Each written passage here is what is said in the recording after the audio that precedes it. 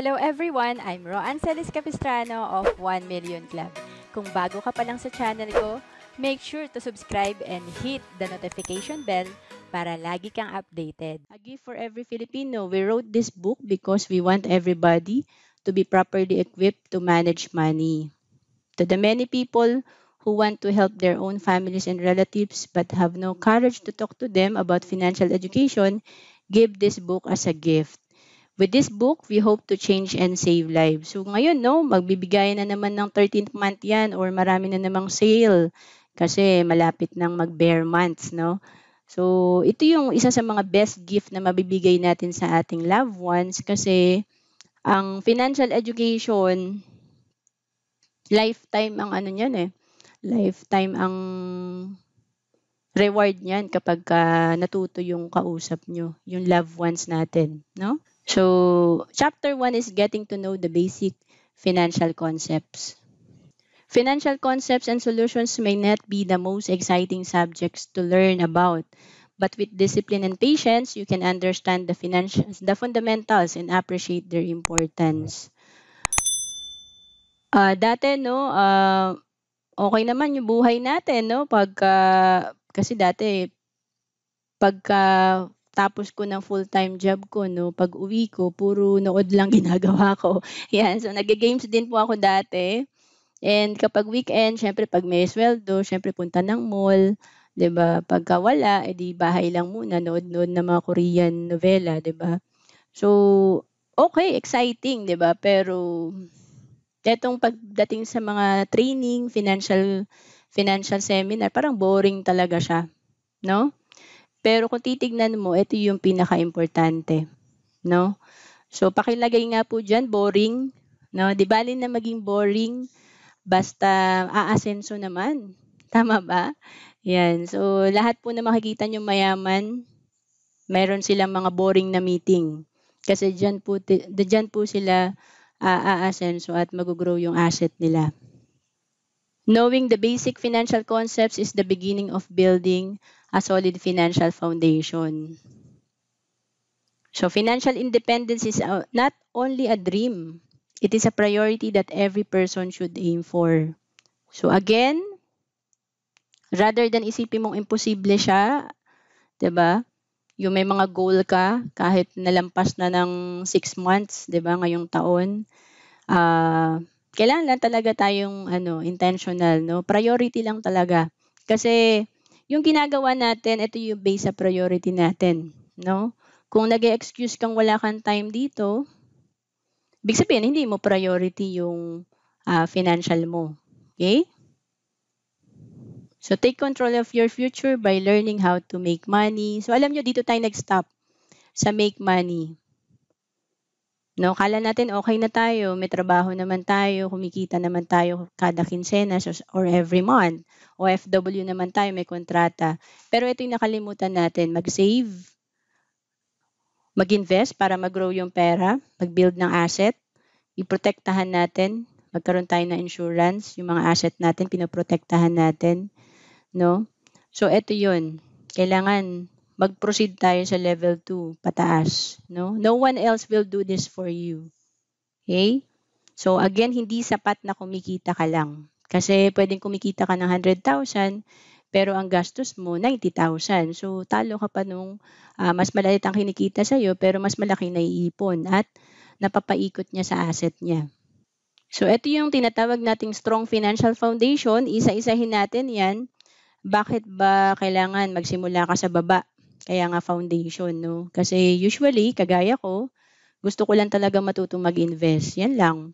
Kasi ito naman yung nakikita natin na ginagawa ng mga friends natin or nakikita natin sa social media. Pero pag tinignan mo yung holistic, no, parang sa health, kailangan kumpleto siya.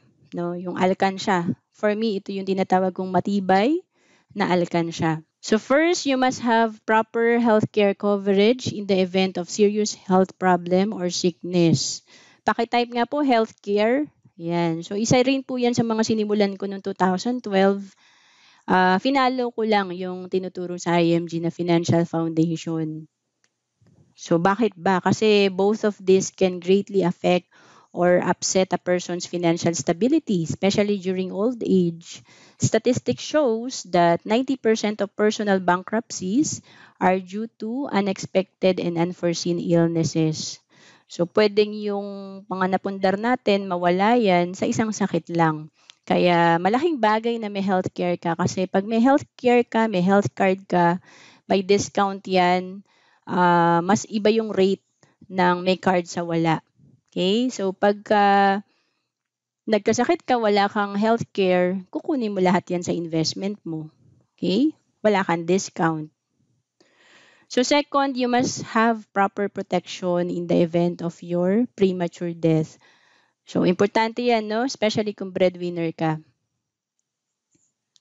If this happens, then you have instant money to pay off any responsibilities and liabilities left behind. Pakitype nga po, breadwinner, kung kayo po ay breadwinner. So again, ako hindi ko naintindihan yung pasikot-sikot or complexities ng insurance. Basta ang naintindihan ko lang, that time na first na kumuha ko na insurance, gusto kong pag may nangyari sa akin, may marireceive na instant money yung aking parents na sila yung dependents ko that time. So third is manage and pay off all your bad debts. No, ayan, gupitin talaga, no? Literal na yung iba ginugupit nila yung credit card nila kasi hindi nila maiwasang mag-swipe, 'di ba? Tapos ang dami nilang credit card, ginawa ng wallet yung limit, 'di ba?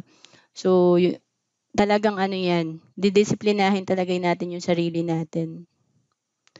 Fourth is set aside 3 to 6 months of your income to deal with sudden changes in the job or business. This is also to pay for unforeseen accidents or repairs.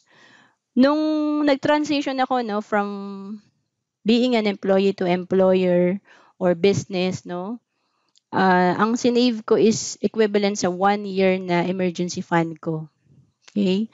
So kung plano nyo mag-transition from being a employee, tapos gusto mo nang mag-business full-time, no? Hindi yan pwedeng wala kang ipon, di ba?